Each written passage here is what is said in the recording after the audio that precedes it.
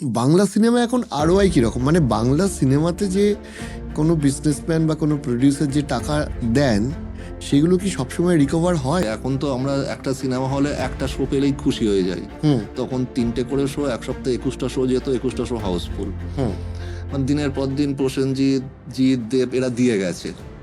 Revenue দিয়ে গেছে। তার আগে উত্তম কুমার, সৌমিত্র চট্টোপাধ্যায়, পুরো ম্যাডনেস একদম। হুম। এই ম্যাডনেসটা এখন আর সেটা আমি দেখতে পাই না।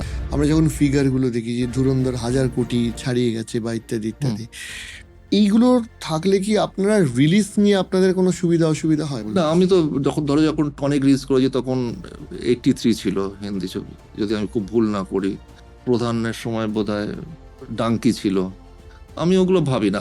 বাংলা সিনেমা নিয়ে আপনার একটা ড্রিম, একটা আলটিমেট গোল? আমি চাই যে বাংলা সিনেমাটাকে আবার তার ওই গোল্ডেন পিরিয়ডে যদি আমি ফেরত আনতে পারি।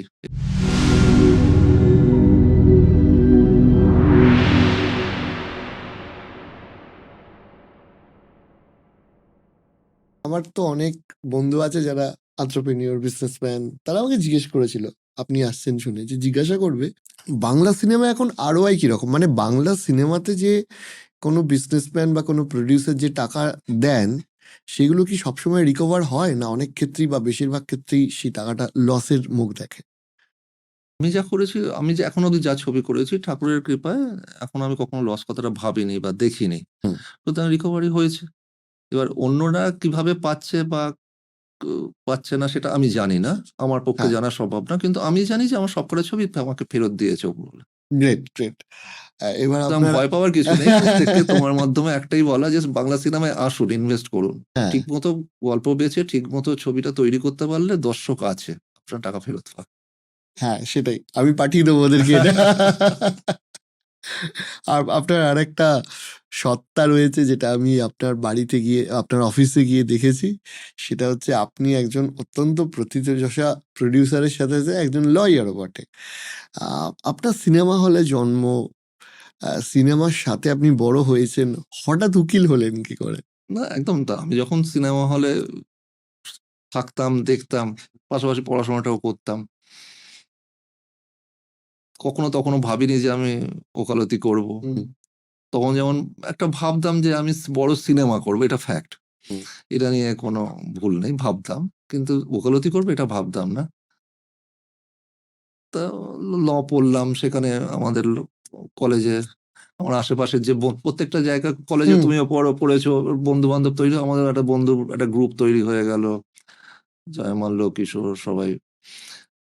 তা সে সময় আমরা একদিন বন্ধুরা মিলে, কয়েকজন বন্ধু মিলে আমরা গঙ্গোত্রী গিয়েছিলাম। এবার সত্যি বলছি যে হুম। সেদিনকে গোমুখের রাত্রেবেলায় আমি ডিসিশন নিই যে না, আমি আর সিনেমার ব্যবসায় থাকবো না। আমি কোর্টে ঢুকবো, ওকালতি করব। আচ্ছা। মানে ওটাই হয়তো আমার লাইফের টার্নিং পয়েন্ট হয়ে গেল, যে ওখান হুম। থেকে হাইকোর্টে জয়েন করলাম। তারপর আপনার তারপরে চলছে। এই ওকালতি জীবনে আপনার তো বহু বিজনেস পার্সন, বহু ক্লায়েন্টদের সাথে কথা হয়েছে, দেখা হয়েছে, আলাপ হয়েছে। আপনার সাথে একদিন শুনছিলাম আমি, কিছুক্ষণ আগে কথা হচ্ছিল যে আপনি রিলায়েন্স, মানে অনিল আম্বানির রিলায়েন্সের সাথেও কাজ করেছিলেন। এমনি অনিল আম্বানির সাথে কাজ করার এক্সপিরিয়েন্স কিরকম, মানে লোকটা কেমন, মানুষটা কেমন? আমরা তো মিডিয়াতে শুনি। মানে আমার যতটুকু, মানে আমি ওনার তো লিগ্যাল ম্যাটার হ্যান্ডেল করেছি। হুম মানে ওনার ব্যক্তিগত লাইফটা আমি জানি না, কিন্তু যতটুকু দেখা হয়েছে, কথা হুম হয়েছে, ইন্টারাকশন হয়েছে, খুব টু দি পয়েন্ট কথা বলে, বেশি কথা বলে না, অত্যন্ত ইন্টেলিজেন্ট, অত্যন্ত শার্প। এবার সবসময় আমি দেখেছি ওনার ভেতরে কিছু করার একটা মানে ইচ্ছে বা বাসনা সবসময় ঘুরছে। হুম যে আমি ধরো আমি বললাম যে এটা করলে কেমন হয়, সঙ্গে সঙ্গে উনি কিন্তু মেনে নেন না। উনি বলেন এটা না করে ওটা করলেও তো হয়।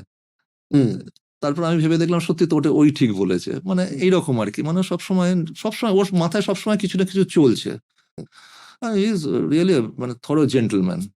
মানে যেমন উনি, এবার ওনার যে সিইও মিস্টার পুনিত গর্গ, ওনার সাথে তো আমার মানে অ্যাপার্ট ফ্রম মানে লয়ার ক্লায়েন্টের বাদ দিয়ে একটা পার্সোনাল একটা রিলেশনও তৈরি হয়ে গেছে, যে we are very good friends. মানে they are very good gentleman. মানে কিন্তু কাজের বাইরে ওরা কিছু জানে না। এটা আমি বোম্বেওয়ালাদের দেখেছি। এটা একটু বলুন তো, আমাদের জানার ইচ্ছা। হ্যাঁ, যে ওরা শুধু কাজ। মানে ওরা ওই আড্ডাবাজি, চা খাওয়া, গল্প করা যতটা কম সময় হয়। কিন্তু বেশিরভাগ সময়টাই হচ্ছে কাজ। ধরো তুমি বোম্বেতে কাজের কোনো টাইম নেই, হুম। রাত 2টোর সময়তেও তোমার সাথে বসে মিটিং হচ্ছে, কনফারেন্স হচ্ছে, সকাল 4টাতেও হচ্ছে, আবার সকাল 8টাতে সে অফিসে হাজির হয়ে যাচ্ছে। মানে আমি যে কোটা যে দেখি, এর বাইরে হয়তো অনেককে আমি দেখিনি, আমি জানি না, কিন্তু আমি যতটুকু জানি দেখেছি যে মানে ওয়ার্ক কালচারটা মানে দারুণ আর কি। মানে তোমরা যারা কাজ করতে চাও, মানে তোমাদের ওটা ভালো লাগতে হবে। হুম। যে তোমরা তো সারাদিন কাজের মধ্যে, আমি জানি তোমাকে, তুমি হুম। কাজের বাইরে কিছু জানো না। হ্যাঁ, না আমি ওই জন্য আমার মুম্বাই আমার একটা অবসেশন, মানে যে সত্যি ওটা ভালো লাগার জায়গা, যে যারা কাজ ভালোবাসে কাজ। আপনি আপনি আমাদের বহু ইয়ং ছেলেমেয়েরাও দেখে পডকাস্ট। এই যে আপনি বললেন যে কাজের বাইরে ওরা কিছু বোঝে না, আমি বলছি যে বহু তো মানে আমি শুধু সবার নাম তো আপনিও করতে পারবেন না অন ক্যামেরা, আমি বলছি বহু বহু বড় বড় বিজনেস পার্সনদের সাথে আপনি কাজ করেছেন, কমন কি দেখেছেন এদের মধ্যে? মানে যারাই সাকসেসফুল আমি দেখেছি প্রত্যেকে না মানে ওয়ার্কহলিক, মানে ও ডেডিকেটেড টু হিজ ওয়ার্ক, মানে কাজটাতেই শুধু ফোকাস করে। মানে তাদের ডেফিনেটলি পার্সোনাল লাইফ আছে, তারাও অনুষ্ঠানে যায়, কিন্তু প্রথম থেকে শেষ অবধি কাজটাই হচ্ছে তার কাছে জীবনের সবকিছু। তবেই তারা ওই জায়গায় পৌঁছেছে আমার মনে হয় আর কি। হুম। সুতরাং মানে ডেডিকেশনের বাইরে কিছু নেই। সিনসিয়ারিটি মনে করি, আমি সবসময় বলি সিনসিয়ারিটি, অনেস্টি অ্যান্ড ডেডিকেশন, এটা এই 3টে থাকলেই না তুমি যে কোনো জিনিস অ্যাচিভ করতে পারবে। এবং অবশ্যই বাবা মার আশীর্বাদ, যেটা আমি জানি যে বাবা মার আশীর্বাদ ছাড়া তুমি এখানে হুম। বসে এটা দিতে পারতাম না। আরেকটা বিষয় হচ্ছে আপনার প্রোডাকশন হাউসের একটা খুব ইন্টারেস্টিং জিনিস, সেটা হচ্ছে যে মানে প্রত্যেকটা ছবিতেই নতুন নতুন নায়িকারা সুযোগ পাচ্ছে। এইটা আপনার কোন থট প্রসেস থেকে না এসেছিল? তবে আমার তো মনে হয় যে আমরা তো বাংলা সিনেমা যেমন করি, বাংলা সিনেমাকেও তো আমাদের কন্ট্রিবিউট করতে হবে। হুম। যে বাংলা সিনেমায় ধরুন নতুন মেয়ে এলো, সুতরাং সে আরো 5টা ছবিতে কাজ পাবে। বাংলা সিনেমায় একটা নতুন হিরোইন পেলো বা নতুন অভিনেত্রী পেলো। হুম। মানে এইভাবেই আমার মনে হয় ভালো লাগে যে একটা মেয়েকে, ধরো একটা সিরিয়াল করছিলে, যে এবার তাকে আমরা বললাম যে তুমি চলো সিনেমা করবে, সংস্কৃতি মতো সবাই করতে স্বপ্ন, সবাই সিনেমা করা, রাজি হলো, কাজ করলো, তারপরে সে আরো সিনেমা করছে, হুম। সে আরো উঁচু বড় জায়গায় যাচ্ছে, দেখতেও ভালো লাগে এটা। আপনার আপনাকে যদি জিজ্ঞাসা করা হয় যে বাংলা সিনেমা নিয়ে আপনার একটা ড্রিম, একটা আল্টিমেট গোল, আপনি কি করতে চান? না আমার সবসময় একটা স্বপ্ন বা ইচ্ছে আছে যে বাংলা সিনেমাটা, ধরো আমরা যেভাবে, আমি যখন বড় হয়েছি, যেভাবে, যখন যে সিনেমা যে ভিড়গুলো দেখতাম তখন, প্রসেনজিৎ, জিৎ, দেব, এদের জন্য যেমন ম্যাডনেস ছিল, তার আগে উত্তম কুমার, সৌমিত্র চট্টোপাধ্যায়, পুরো ম্যাডনেস একদম।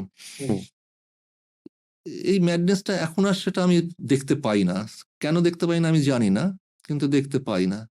আমি চাই যে বাংলা সিনেমাটাকে আবার তার ওই গোল্ডেন পিরিয়ডে যদি আমি ফেরত আনতে পারি, এটা আমার কাছে একটা স্বপ্ন, যে আবার ওরকম লাইন দিয়ে লোক দেখবে। এখন তো আমরা একটা সিনেমা হলে একটা শো পেলেই খুশি হয়ে যাই, হুম। তখন 3টে করে শো, এক সপ্তাহে 21টা শো যেত, 21টা শো হাউসফুল। হুম।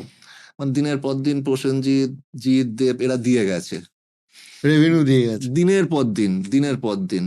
আচ্ছা, কোথাও কি মনে হয় যে ধরুন এই যে হাই বাজেটের হিন্দি সিনেমাগুলো আছে, মানে ধরুন আমরা যখন ফিগার গুলো দেখি যে ধুরন্ধর 1,000 কোটি ছাড়িয়ে গেছে বা ইত্যাদি হুম। ইত্যাদি, এইগুলো থাকলে কি আপনারা রিলিজ নিয়ে আপনাদের কোনো সুবিধা অসুবিধা হয়? মানে রিলিজ টাইম ধরুন, যে একটা আমি দেখছিলাম যে কিছুদিন আগেও একটা শো পাওয়া, হল পাওয়া, প্রাইম টাইম, এগুলো নিয়েও একটা কথা চলছিল। তো এই রিলিজের ব্যাপারটা কতটা জটিল বা আপনাদের কিরকম ধারণা থাকে?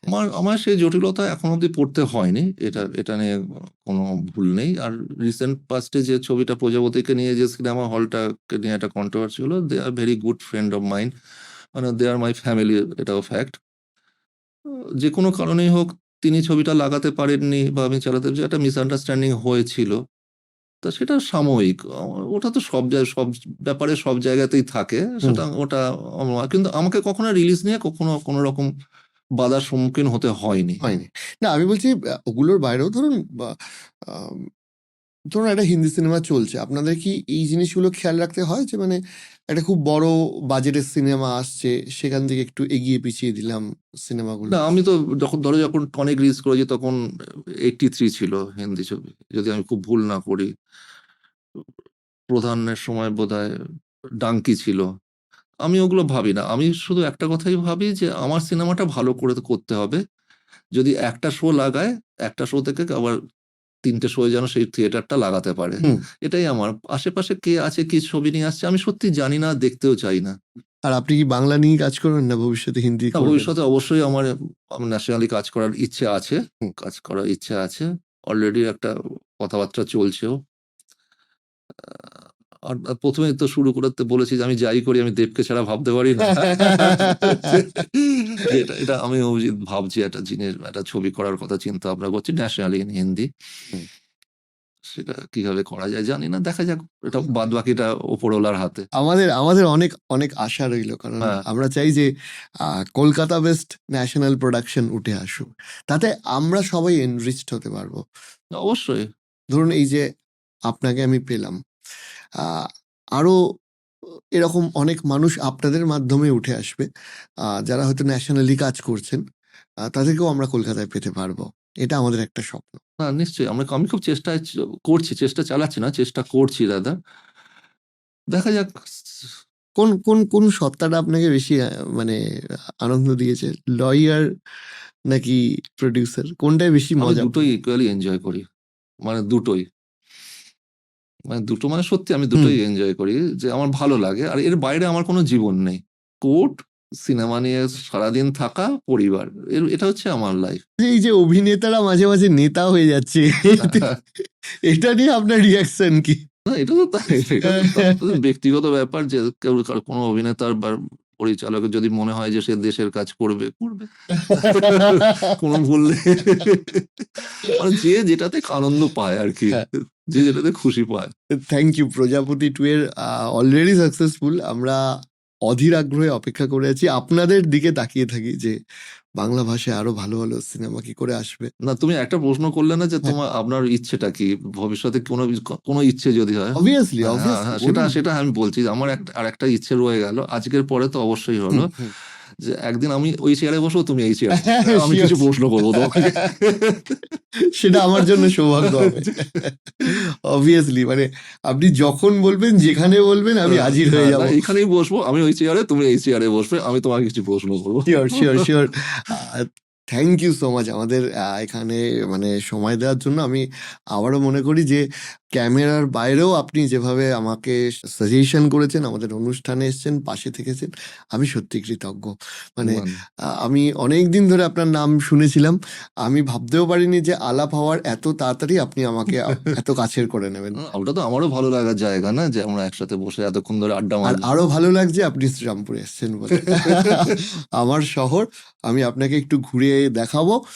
সেই ঘুরতে যাওয়ার জন্য ইচ্ছা না থাকলেও অনুষ্ঠান এখানে শেষ করতে হচ্ছে। তবে আবার ফিরে আসবো ওনার সাথে পরে কোনো এপিসোডে আরো অনেক অনেক গল্প নিয়ে।